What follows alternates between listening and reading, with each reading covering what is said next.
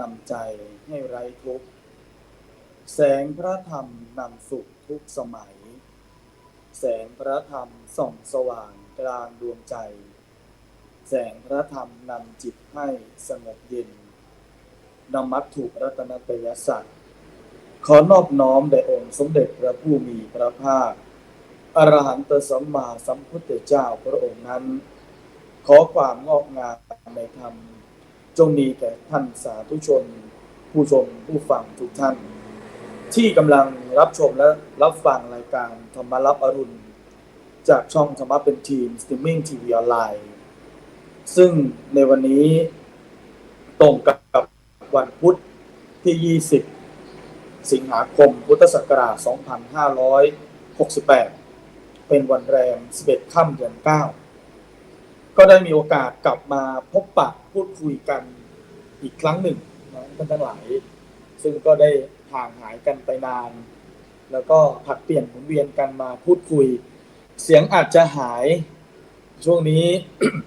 ไม่ค่อยสบาย เสียงก็เลยไม่ค่อยมีแต่ก็ต้องทำหน้าที่ซึ่ง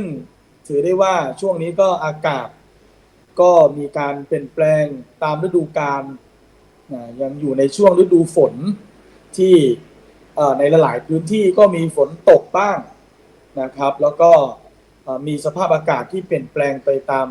ภูมิอากาศต่างๆเดี๋ยวร้อนเดี๋ยวฝนอย่างนี้เป็นต้นนะเพราะเรายังอยู่ในช่วงวสันตฤดูช่วงฤดูฝนเป็นช่วงเทศกาลเข้าพรรษาซึ่งก็เป็นหน้าฝนซึ่งถือได้ว่าเป็นช่วงฤดูกาลที่พระสงฆ์ทุกอารามทั่วสังฆมณฑลก็จะต้องอยู่จำพรรษาณวัดใดวัดหนึ่งตลอด3เดือนซึ่งถือได้ว่าเป็นพุทธบัญญัติซึ่งให้พระสงฆ์เราเนี่ยใช้ในช่วงฤดูฝนเนี่ย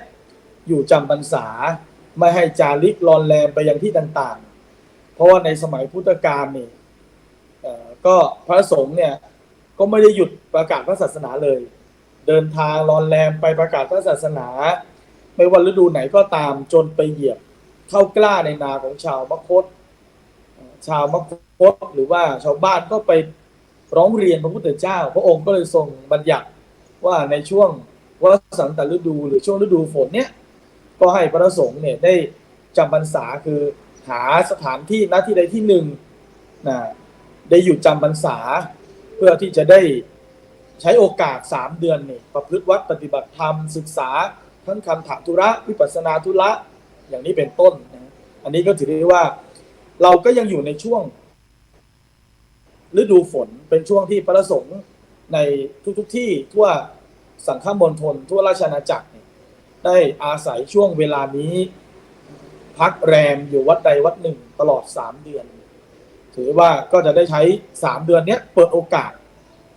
ให้ญาติโยมในภูมิลำเนาต่างๆได้มีโอกาสมาสร้างกุศลทำบุญในวันพระใส่บาตรอย่างนี้เป็นต้นนะ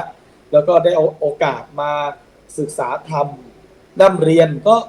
หลายจังหวัดเนี่ยในคณะสงฆ์เองก็จะใช้โอกาสเนี้ยเปิดเป็นศูนย์การเรียนนักธรรมนะครับให้พระสงฆ์ที่บวชเข้ามาในช่วงเข้าพรรษาเขาเรียกว่าพานวกะได้มีโอกาสเรียนรู้ธรรมะศึกษาธรรมะ3เดือนนี้ก็มีครูบาอาจารย์มาคอยอบรมพร่ำสอนอย่างนี้เป็นต้นนะนี่ก็ถือได้ว่าเป็นช่วงของการที่เอาง่ายๆว่าไปวัดไหนเราก็จะเจอพระท่านอยู่จำพรรษาหรือว่ามีพระท่านเยอะไม่ได้ติดกิจนิมนต์ติดตอนแรมไปยังต่างจังหวัดต่างพื้นที่แต่ถามว่า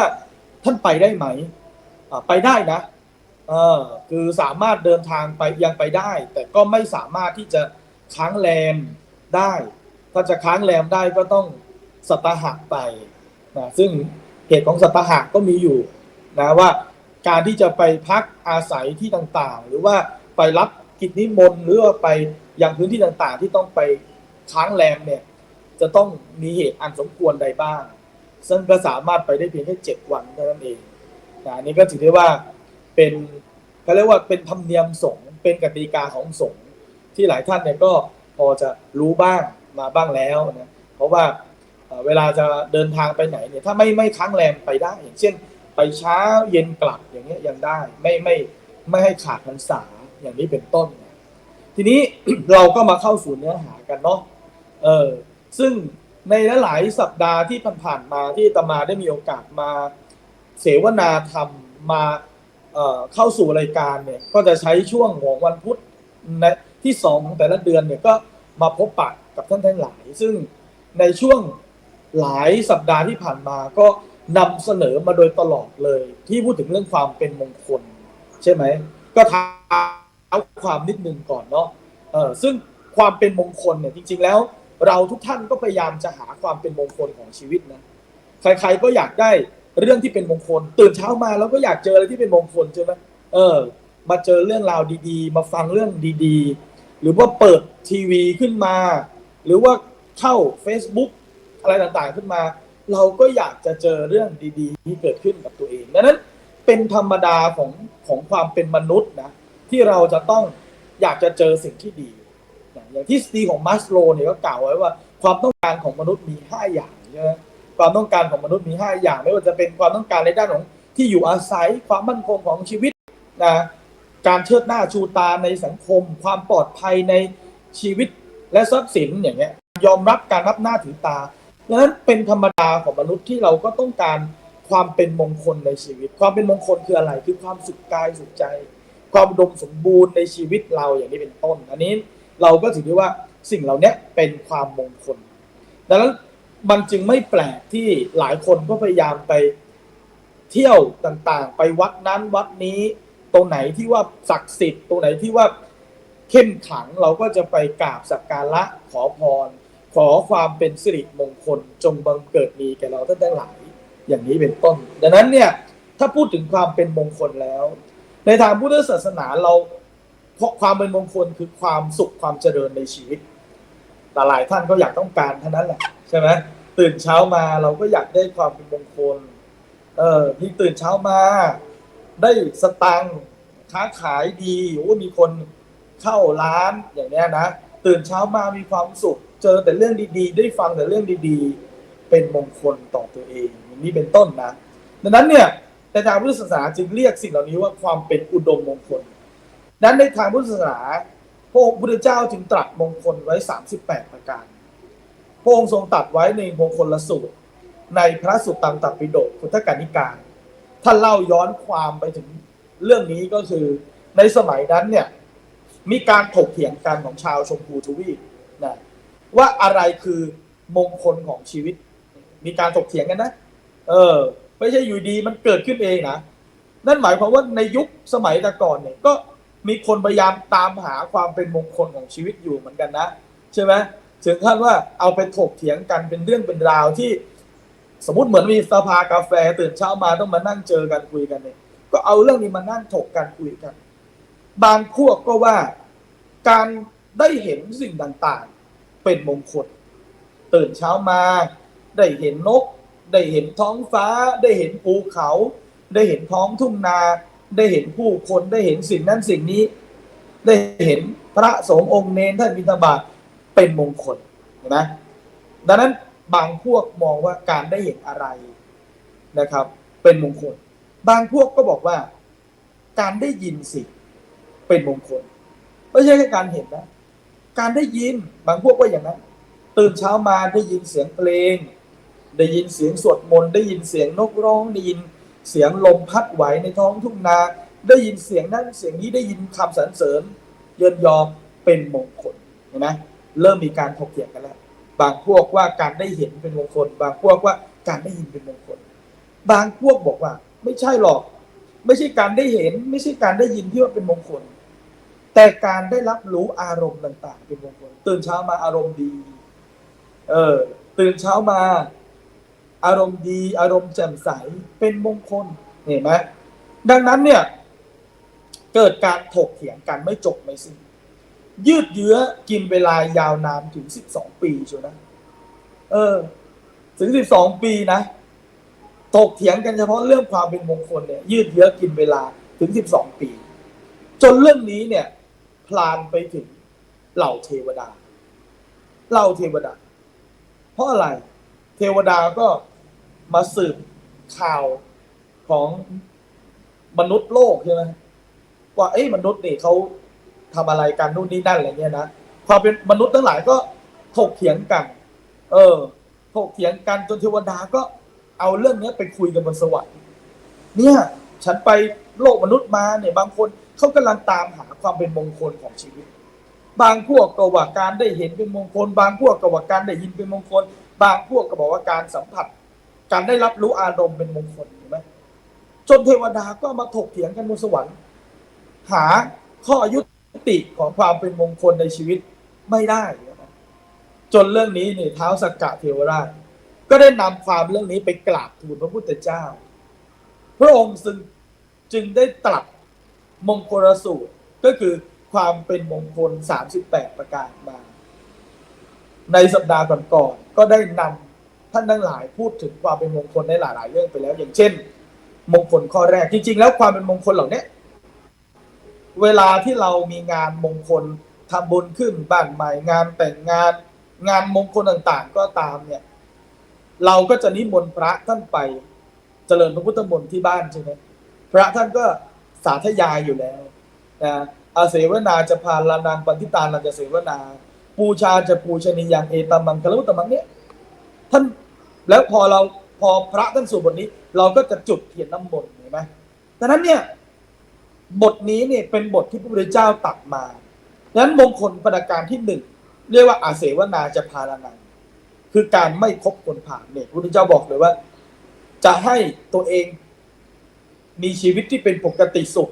เป็นมงคลเลยอย่าคบคนผ่านนะประการที่สองมงคลข้อที่สองที่กล่าวมาแล้วนะปันทิตานางจะเสวนาคือการคบบัณฑิตเห็นไหมพระเจ้าบอกว่าชีวิตจะเป็นมงคลจะเป็นสุขได้ไม่คบคนผ่านไม่พอต้องคบหาบัณฑิตด้วยมงคลข้อที่สามปูชาจะปูชนียานังคือการบูชาบุคคลที่ควรบูชาไม่ไปบูชาในสิ่งที่ไร้สาระอย่างนี้เป็นต้นนะ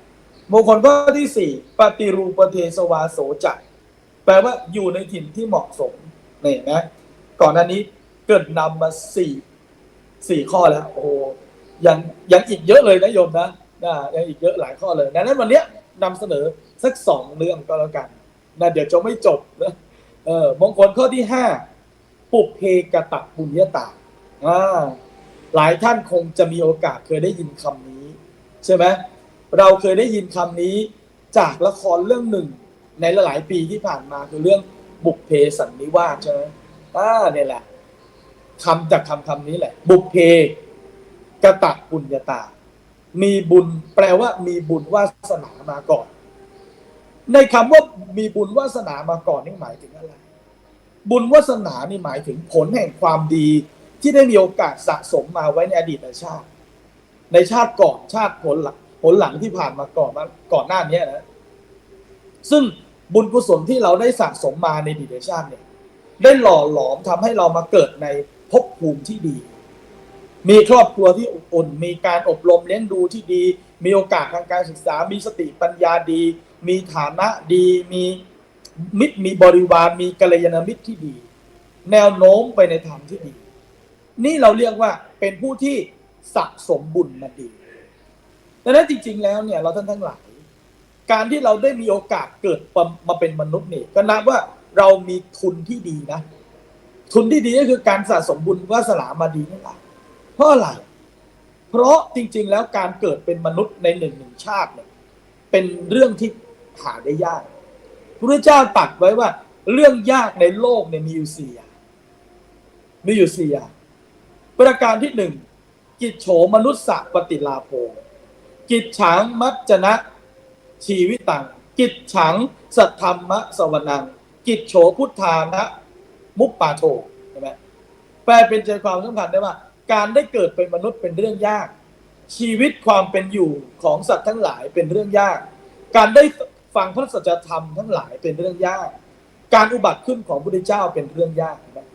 มีอยู่4 ประการที่พระองค์มองว่าเป็นเรื่องยากในโลกอยู่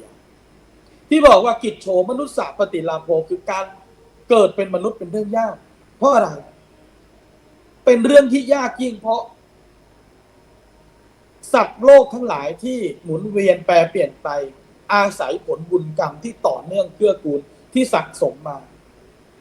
ความยากของการเกิดเป็นมนุษย์พระพุทธเจ้าทรงตรัสเปรียบประดุจดั่งกับเต่าตาบอดกับแอกไม้ไผ่พระองค์ทรงตรัสไว้อย่างนี้ว่าจริงๆแล้วเนี่ยเปรียบเสมือนความยากของมนุษย์เนี่ยนะของการเกิดมาเป็นมนุษย์เนี่ยนะยากเปรียบเสมือนประหนึ่งว่า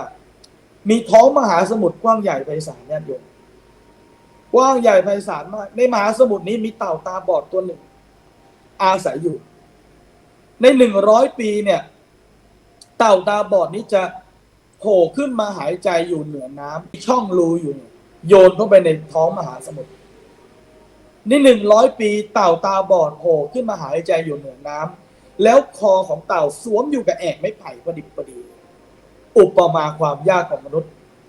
การเกิดเป็นมนุษย์เนี่ยยากอย่างนั้นเลยดังนั้นเนี่ยเราได้มีโอกาสได้เกิดมาเป็นมนุษย์กับเขาในชาติหนึ่งนี้นับว่าเป็นโอกาสที่ดีแล้วเห็นไหมแล้วไม่ใช่เพียงเท่านั้นนะได้มีโอกาสเกิดเป็นมนุษย์ว่ายากแล้วประการที่2กิจฉังมัจจนะชีวิตตังคืออะไรคือการที่มีชีวิตอยู่อัตภาพที่มีชีวิตอยู่นี้ก็นับว่าเป็นเรื่องยากได้เกิดมาเป็นมนุษย์กับเขาสักชาติหนึ่งก็เรื่องยากนะการที่เป็นมนุษย์แล้วสามารถดำรงธาตุขันธ์มีชีวิตอยู่มาได้เนี่ยก็นับว่าเป็นเรื่องยากเห็นไหมเพราะอะไรกว่าจะจากทารกตัวน้อยๆกว่าจะเจริญเติบโตผ่านเรื่องราวในชีวิตผ่านร้อนผ่านหนาวเห็นไหมเด็กบางคนนี่เกิดออกมาแล้วไม่มีบุญจะมีโอกาสได้มีชีวิตอยู่ไปเจอคนใจยักษ์ใจมารเอาไปทิ้งในถังขยะบ้างเกิดมาแล้วเจอโรคภัยไข้เจ็บไม่สามารถดำรงธาตุขันธ์อยู่ได้ก็ล้มหายตายจากไปตามกาลเวลาเห็นไหมดังนั้นสิ่งเหล่านี้จึงบอกว่า1เกิดเป็นมนุษย์ยากแล้ว2การมีชีวิตในอัตภาพของความเป็นมนุษย์นี่ก็ยากประการที่3กิจฉังสัทธรรมสวนังคือการได้มีโอกาสเกิดมาได้ฟังธรรมพระสัจธรรมนั้นก็ถือว่ายากเราเกิดมาในชาตินี้นะได้พบพระพุทธศาสนาได้ฟังธรรมของพระสัมมาสัมพุทธเจ้านะได้ฟังพระสัจธรรมหลากหลายรูปแบบและประการสุดท้ายคือกิจโฉพุทธานะมุปปาโทนั่นก็คือการอุบัติขึ้นของพระพุทธเจ้านั้นถือว่ายากในภพหนึ่งกับหนึ่งการที่จะมีพระพุทธเจ้ามาอุบัติเกิดขึ้นในโลกนี้ไม่ใช่เรื่องง่ายนะบางชาติบางภพบางกับมีพระพุทธเจ้าเกิดขึ้นเพียงพระองค์เดียวบางกับเกิดขึ้น2 พระองค์3 พระองค์4 พระองค์บางกับ5 พระองค์หรือบางกับไม่มีพระพุทธเจ้าเกิดขึ้นเลยแต่ในกับนี้ที่เราเกิดขึ้นนี้เราเรียกว่าภัทรกับมีพระพุทธเจ้ามาบังเกิดถึง5 พระองค์พระองค์ปัจจุบันเป็นพระองค์ที่4อีกพระองค์หนึ่งที่จะอุบัติในการเบื้องหน้าคือพระเสรียเมตไตรตามที่ท่านทั้งหลายเคยได้ยินได้ฟังมาดังนั้นการที่เรียกว่าการมีบุญวาสนามาก่อนก็นับว่าเป็นเรื่องที่สำคัญการสะสมบุญทานการกุศลเป็นเสบียงบุญเสบียงทานที่เราจะไว้ใช้ในภพภูมิเบื้องหน้าดังนั้นเนี่ยบุญเหล่านี้จึงจะติดตามตัวเราไปสู่ปรภพเบื้องหน้าไปสู่โลกเบื้องหน้าดังนั้นการมีบุญวาสนามาก่อนในมงคลสูตรเปรียบประดุจดั่งกับการมีทุนชีวิตที่ดีใช่ไหมเป็นคนที่เกิดมาแล้วมีบุญวาสนาเช่นได้พบครูบาอาจารย์ที่ดีได้มีโอกาสศึกษาธรรมะไม่มีโอกาสโน้มเอียงต่อความดีไม่หลงผิดง่ายได้มีโอกาสประพฤติวัดปฏิบัติธรรมได้ฟังธรรมได้เจอกัลยาณมิตรที่ดีสิ่งเหล่านี้จึงนับว่าเป็นรากฐานสำคัญที่จะช่วยให้เราท่านทั้งหลายนั้นสามารถก้าวหน้าทั้งในทางโลกและทางธรรมได้อย่างง่ายขึ้นเราไปอยู่ในสถานที่ใดก็พบเจอแต่สิ่งที่ดีดังนั้นการเกิดมามีทุนชีวิตที่ดีมีบุญเก่าคอยสนับสนุนจึงนับว่าเป็นปัจจัยที่เอื้ออำนวยให้สามารถเข้าถึงสิ่งที่ดีงามได้และเจริญก้าวหน้าในชีวิตอย่างมีคุณธรรมถือว่าเป็นมงคลสำคัญเพราะทำให้บุคคลทั้งหลายเนี่ยมีโอกาสได้พัฒนาชีวิตให้ดีขึ้นเพราะถ้าหากขาดบุญขาดวาสนาเราก็ถือได้ว่าบุญทานการกุศลทั้งหลายเป็นพื้นฐานที่ทำให้เราไม่ประมาทในการใช้ชีวิตดังนั้นก็ควรหมั่นสร้างบุญสร้างกุศลต่อไปมงคลที่6อัตตสัมมาปณิธิจักหมายความว่าตั้งตนชอบมงคลข้อที่6นี้หมายความว่าตั้งตนชอบ คืออะไรอัตตะแปลว่าตนเองสัมมาแปลว่าชอบถูกต้องเหมาะสมปณิธิแปลว่าการตั้งการวางการกำหนดดังนั้นรวมความว่าการตั้งตนให้ถูกต้องเหมาะสมตามหลักธรรมเป็นการกำหนดแนวทางชีวิตให้ถูกต้องดังนั้นคำว่าการตั้งตนชอบเนี่ยจึงหมายถึงการวางตนที่เหมาะสมรู้จักการกำหนดในชีวิตของตนเองไม่ปล่อยตนเองให้เปะปะละเลยไปตามอำนาจของกิเลสกระแสสังคมที่ผิดศีลธรรมมันยึดมั่นอยู่ในคุณธรรมพระองค์จึงตรัสว่าอัตตาหิอัตโนนาโถตนแลเป็นที่พึ่งแห่งตนดังนั้นหมายความว่าการตั้งตนชอบนี่ก็ต้องประกอบไปด้วยการเตือนตนเองได้เป็นที่พึ่งตนเองเป็นที่พึ่งของตนรู้จักทำตนให้เป็นที่พึ่งแก่ตนเองแล้วก็จะกลายเป็นที่พึ่งของคนอื่นได้ในโอกาสต่อไปดังนั้นเนี่ยการตั้งตนชอบจึงมีองค์ประกอบสำคัญประเด็นที่หนึ่งคือตั้งตนชอบในทางโลกคืออะไรคือการประกอบอาชีพสุจริตเลี้ยงอาชีพได้ด้วยความเพียรพยายามหมั่นขวนขวายไม่เบียดเบียนผู้อื่นรู้จักใช้จ่ายรู้จักเก็บออมรู้จักทำประโยชน์แก่ครอบครัวต่อสังคมเนี่ยอันนี้เขาเรียกว่าตั้งตนชอบในทางโลกคือประพฤติตนเป็นแบบอย่างที่ดีให้กับคนอื่นได้ประกอบอาชีพสุจริตเพียรพยายามทำมาค้าขายไม่รวยทางลัดอย่างนี้เป็นต้นนะคือพยายามประกอบสัมมาอาชีพนี่ด้วยความซื่อสัตย์สุจริตอย่างนี้เป็นต้นนะไม่เบียดเบียนผู้อื่นมัธยัสถ์เก็บอดออมใช้ชีวิตที่เป็นประโยชน์ต่อคนอื่นและต่อสังคมประการที่สองคือตั้งตนชอบในทางธรรมเมื่อกี้ตั้งตนชอบในทางโลกต่อมาคือตั้งตนชอบในทางธรรมคืออะไรคือการยึดมั่นในศีลธรรมโดยมีศีล5เป็นพื้นฐานฝึกจิตสงบด้วยสมาธิเจริญปัญญาให้รู้เท่าทันความจริงว่าทุกสิ่งไม่เที่ยงเป็นทุกข์และไม่ใช่ตัวตนดังนั้นสิ่งเหล่านี้หมายความว่าคือการตั้งตนชอบในทางธรรมคือหมั่นแสวงหาทางที่จะทำให้ตนเองสามารถหลุดพ้นจากสภาวะหรืออาสวะกิเลสทั้งหลายได้หรือหมั่นเพียรพยายามในการขวนขวายในการสร้างความดีงามเพียงการสร้างบุญสร้างกุศลเหมือนเมื่อสักครู่นี้ที่กล่าวมาบอกว่าต้องเขาเรียกว่าเป็นบุคคลที่มีบุญมาแต่ชาติปางก่อนอย่างเงี้ยนะเป็นบุญที่มีคนที่เป็นคนที่มีบุญมาแต่ชาติปางก่อนคือเมื่อมีทุนชีวิตที่ดีเราก็สามารถขวนขวายสร้างโอกาสทางกุศลให้กับตัวเองได้ตั้งตนชอบในทางโลกคือการตั้งใจทำงานประกอบสัมมาอาชีพเป็นทำประโยชน์แก่ตนเองแก่ครอบครัวแก่สังคมประเทศชาติตั้งตนในชอบในทางธรรมคือยึดมั่นศีลธรรมที่ดีงามหมั่นขวนขวายสร้างบุญทานการกุศลเป็นเสบียงบุญเสบียงทานให้กับตนเองและประการสุดท้ายคือการตั้งตนชอบในหน้าที่คือการรู้จักหน้าที่ของตนเองแล้วทำให้เต็มที่เช่นเป็นลูกก็ทำหน้าที่ของความเป็นลูกตอบแทนบุญคุณพ่อแม่แสดงความกตัญญูต่อพ่อแม่หน้าที่ของศิษย์เป็นลูกศิษย์ก็เคารพครูบาอาจารย์หน้าที่ของสามีภรรยาก็ซื่อสัตย์ต่อกันและกันหน้าที่ของนายจ้างลูกจ้างก็ทำหน้าที่โดยสุจริตหน้าที่ของความเป็นพลเมืองก็เป็นพลเมืองที่ดีของชาติอย่างนี้เป็นต้นหรือการที่เราได้มีโอกาสทำงานหรือทำหน้าที่ในส่วนใดๆก็ยึดมั่นอาชีพหรือทำหน้าที่ของตนเองอย่างดีที่สุดเพื่อไม่ให้บกพร่องในหน้าที่นั้นนี่ก็เรียกว่าการตั้งตนชอบในหน้าที่ดังนั้นเราท่านทั้งหลายการตั้งตนชอบหรือการตั้งตนที่ถูกต้องแล้วเนี่ยย่อมเปรียบเสมือนบ้านที่มีรากฐานที่มั่นคงไม่หวั่นไหวต่อพายุแห่งกิเลสแห่งสิ่งยั่วเย้าทั้งหลายที่จะเป็นทุกขภัยมาเกิดขึ้นกับตัวเองดังนั้นชีวิตเราจะเจริญรุ่งเรืองต่อไปในปัจจุบันและอนาคตได้การตั้งตนชอบจึงถือได้ว่าเป็นบาดฐานหนึ่งเป็นโครงสร้างหนึ่งเป็นรากฐานที่มั่นคงหนึ่งที่จะทำให้เราเนี่ยสามารถวิวัฒนาสถาพรดำเนินชีวิตได้อย่างเป็นปกติสุขดังนั้นญาติโยมทั้งสาธุชนทั้งหลายจงหมั่นตั้งตนชอบวางจุดหมายปลายทางในชีวิตให้ถูกทางยึดมั่นอยู่ในคุณธรรมไม่เอ็นเอียงไปในความชั่วทั้งหลายหากทำเช่นนี้ได้แล้วความสุขความเจริญเนี่ยก็จะเบิ่งเกิดขึ้นในชีวิตนับว่าสิ่งเหล่านี้เนี่ยเป็นความมงคลอย่างยิ่งกับตนเองเพราะการตั้งตนชอบเนี่ยถือได้ว่าเป็นรากฐานชีวิตบนความดีงามบนความมีศีลธรรม ตั้งใจดำเนินชีวิตทั้งทางโลกและทางธรรมอย่างสมดุลและก็นี่แหละคือความเป็นมงคลที่พระเจ้าทรงสอนและทรงแนะนำไว้ในวันนี้จึงนำเสนอให้กับท่านทั้งหลายได้เห็นถึง2มงคลในข้อแรกก็คือมงคลข้อที่5ปุเพกตปุญญาตาคือการมีบุญวาสนามาก่อนดังนั้นการที่เราได้มีโอกาสเกิดมาเป็นมนุษย์ในชาตินี้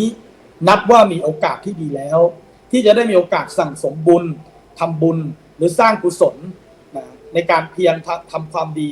ในทุกเมื่อทุกโอกาสที่เราได้มีโอกาสทำเพราะว่าการเกิดเป็นมนุษย์นี้ยากนั้นการที่เราได้มีโอกาสเกิดมาเป็นมนุษย์นี้ได้แล้วเนี่ยนับว่าเรามีโชคที่ดีมีบุญวาสนาที่ดีมีทุนตั้งต้นที่ดีทำให้เราได้มีโอกาสเกิดมาในชาติหนึ่งนี้ได้ดีอย่างยิ่งประจวบกับการที่เมื่อเราได้มีโอกาสมีบุญที่ดีนั้นก็คือการได้พบครูบาอาจารย์ที่ดีได้มีโอกาสศึกษาธรรมะมีจิตโน้มเอียงไปในฝ่ายดีไม่หลงผิดง่ายมีโอกาสเจริญรุ่งเรืองประพฤติวัดปฏิบัติธรรมได้อันนี้ถือได้ว่ามีโอกาสได้ทำในสิ่งที่ดีเพราะบุญหนุนเนื่องเกื้อกูลกันนั้นพอบุญหนุนเนื่องเกื้อกูลหรือว่าเป็นบุญที่สั่งสมมันดีแล้วทำให้เราเนี่ยมีโอกาสได้ตั้งตนชอบมาอยู่ในสถานที่ที่ดีมีกัลยาณมิตรที่ดีมีโอกาสมีจังหวะที่ดีทำให้เราได้ตั้งตนชอบคือการประพฤติตนวางตนในสิ่งที่ถูกต้องเราโดยการที่เราได้ยึดมั่นทั้งการตั้งตนทางโลกคือการทำอาชีพสุจริตการทำประโยชน์ต่อครอบครัวต่อสังคมต่อประเทศชาติไม่เบียดเบียนผู้อื่นเขาเรียกว่าตั้งตนทางโลกเอา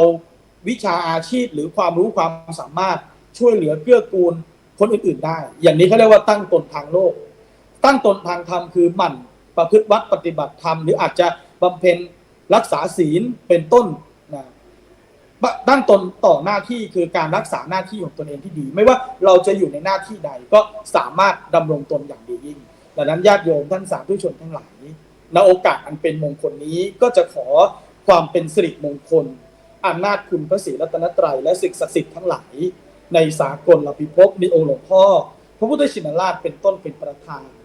ได้โปรดดลบันดาลอภิบาลพรให้ญาติโยมท่านสาธุชนทั้งหลายท่านผู้ชมผู้ฟังทุกท่านได้เจริญรุ่งเรืองในหน้าที่การงานการศึกษาจะทำการสิ่งใดที่เป็นไปโดยชอบประกอบด้วยธรรมขอให้สิ่งทั้งหลายทั้งปวงนั้นจงพันสำเร็จจงพันสำเร็จดังมโนปณิธานของท่านทั้งหลายทั่วหน้ากันทุกท่านเชิญขอความเป็นสิริมงคลจงเกิดมีแก่ท่านทั้งหลายทั่วหน้ากันเทินธรรมะสวัสดี